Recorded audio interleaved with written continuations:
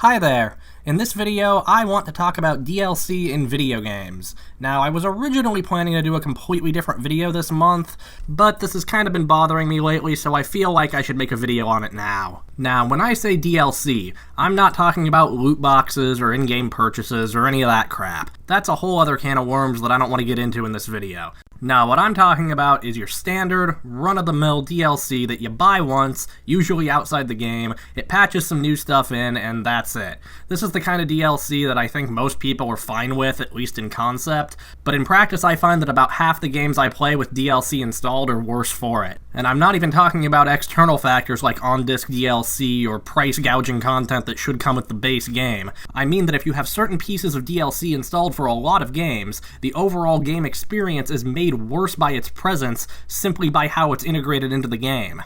To explain what I mean, I'll start by taking a look at one of my all-time favorite games, The Elder Scrolls Oblivion. This game has both some of the best and worst implementations of DLC that I have ever seen. Oblivion has two main DLC expansions, Shivering Isles and Knights of the Nine, and both of these are excellent. Both of them add new items, areas, and quest lines to the game, and do so seamlessly. After installing these expansions, you can continue any saved game that was created before they were installed, and all the DLC will be there to encounter. More importantly though, the content from these expansions is baked into the game so well that if you had never played Oblivion before, and played the game with these expansions installed, you'd probably find it very difficult, if not impossible, to differentiate what was DLC and what was from the base game, at least not without consulting a wiki. In fact, this is done so well that the first time I played Oblivion after getting the Deluxe Edition on PC, I thought that the Knights of the Nine main quest line was a base game quest that I had missed when I first played the game on console. It wasn't until I made it a ways in that I connected the dots and realized it was from an expansion. And I'm sure I've encountered tons of random items and minor locations over the years that I never realized were from either of these expansions. To my mind, this is the ideal way to do game expansions, DLC or otherwise. New players get a seamless, cohesive experience regardless of whether or not they bought any additional content, and returning players get the same game they remember with some new goodies sprinkled in to make it worth the replay. Of course, it helps that Oblivion's open-ended structure lends itself particularly well to this type of immersive expansion. What I just described probably wouldn't work nearly as well in a tightly paced linear game, and expansions for those are usually mini-campaigns that run parallel to the main story. These side campaigns tend to be pretty good, if not downright excellent, and are usually a great way of expanding on a base game. It's also worth noting that when Oblivion first came out, game expansions were in the process of transitioning from being physical goods to digital downloads, so both Shivering Isles and Knights of the Nine got physical big box releases on PC, which is probably the main reason behind both the high quality and large amount of content in these expansions. And now is when we get into Oblivion's bad DLC. These were released after the main expansions and were only digital. There's obviously the horse armor, which everyone already knows because it's been memed to death, but there are also several other bits of DLC that, while not necessarily bad in their own right, were awkwardly shoehorned into the game. When you start the game for the first time with these mini expansions installed, you'll immediately have a new quest appear out of thin air that pertains to each one. These quests are weakly justified with lore descriptions that say something like, "I received a letter from my long-lost relative saying that I've inherited a house." It's really weak and kind of immersion-breaking. Aside from cluttering up the quest log with things that I don't really want to do right away, if at all, think about how ridiculous this is in the context of the game's story. You, a random nobody at this point in the game who's just broken out of prison, is somehow magically notified that they've been gifted a set of horse armor, several pieces of real estate, and have several other things they should investigate. What? How does that make sense? Where did all these quests come from? I was put off by this barrage of seemingly random side quests the first time I ran into it, and I had even played Oblivion before. Never mind new players who ran into this after picking up the Deluxe Edition on Steam for the first time. Needless to say that pointing players towards these smaller DLC quests this way is both a bad design choice and narratively confusing. The worst part is that Bethesda could have easily avoided this problem had they just spread the catalyst for these side quests out around the map and let the player stumble into them naturally like they do for every other side quest in the game. These small DLC packs could have added so much more depth and engagement to the game than they currently do if players had to actually seek them out instead of being assaulted with a checklist at the start of the game. I don't really blame the developers entirely for this bad decision though, as they are in a bit of a tough position. Trying to integrate such small DLC packs into an open-ended game where they could be easily missed is definitely a recipe for more than a few unhappy customers. Though I still think they could have done this in a more immersive fashion. Have an NPC run up and deliver a message to the player when they reach a town near one of the quest locations, at the very least.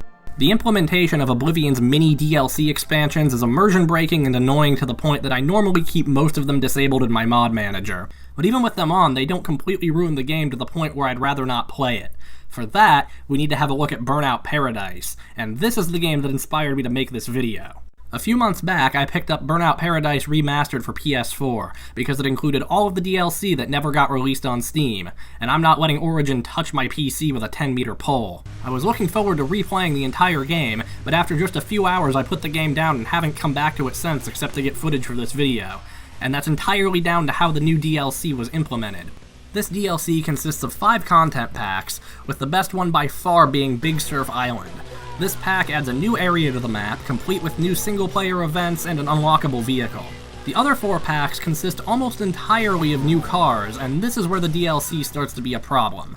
Not because there's anything inherently wrong with any of these cars, in fact most of them are creative and fun to drive. They definitely stand to add something of value to the game. No, the problem here is that performance-wise, most of these vehicles are on par with the ones you would normally unlock in the latter half of the base game's campaign. But they're all available right at the start of the game, when you would normally have just a single old beater car at your disposal that can barely keep up. Having all these high-level vehicles available right at the start of the game completely throws off any sense of pacing or a difficulty curve, along with killing off most of the incentive to work towards unlocking new cars. And unlocking new cars is basically the only incentive Burnout Paradise has to keep you playing and keep the game moving forward. All these DLC packs completely undercut that right out of the gate. So what you're left with is a game that gives you a ton of cool toys to play with, and not much reason to play with them. Now, I do understand why these cars are given to the player right away. None of this DLC was available when Burnout Paradise first launched, so if you bought the game at launch, you'd presumably have already beaten the campaign by the time these packs came out, with the idea behind them being that hardcore Burnout fans could pay a couple bucks to get some additional endgame content and a few more hours of playtime. I doubt that the game balance effects for a first-time player having these packs installed was even considered when they were first being developed 10 years ago. But remember, I'm playing Burnout Paradise Remastered. This version of the game has all the DLC bundled in, and there's no way to opt out of having these game-breaking DLC packs installed when you first start the game. They're just part of the game now. Also bear in mind that this is a remaster of a game that's over 10 years old at this point. That means that there's probably quite a few people, especially those on the younger side, for whom this version of the game will be their first and possibly only experience with Burnout Paradise. A game that, without these DLC packs, is quite possibly the best open-world driving game ever made. Burnout Paradise deserves a better remaster than this. And the worst part is, the game's structure makes it so it wouldn't have even been that hard to integrate the DLC vehicles into the campaign. In the base game, each new vehicle starts roaming around the map once you get a certain number of wins, and you subsequently unlock it by finding that vehicle in the open world and taking it down. I can't imagine that it would have been much more difficult to do the same thing with the DLC vehicles, and maybe increase the win threshold for each license level in order to account for the additional vehicles in the campaign. Even if it was something simpler, like having the DLC packs lock behind special challenges, or even just having them unlock after a certain amount of playtime would have been enough incentive for me to play this remaster beyond just 4 hours. The absolute worst offender in this regard, though, has to be the Cops and Robbers DLC. This pack includes cop car variants of every vehicle from the base game. They're all functionally identical to their vanilla counterparts, except they now have sirens and fewer paint options. Would it really have been that hard to limit your cop car selection to just the vehicles that have been unlocked in the campaign? This is ridiculous.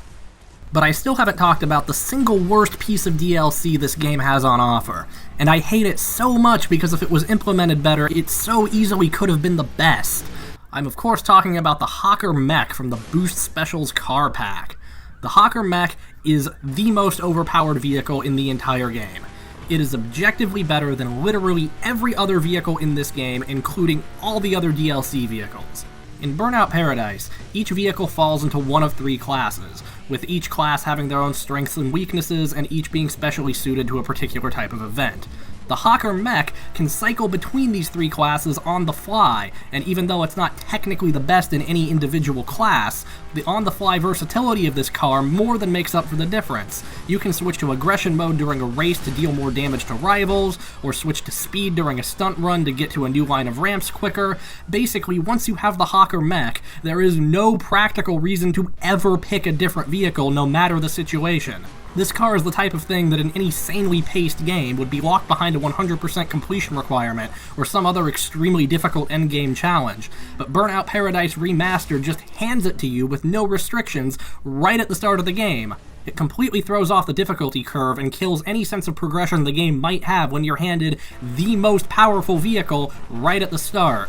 I really don't know how this game got released without anyone realizing that this might be a problem, but then again, this is modern day EA we're talking about, so maybe I shouldn't be surprised.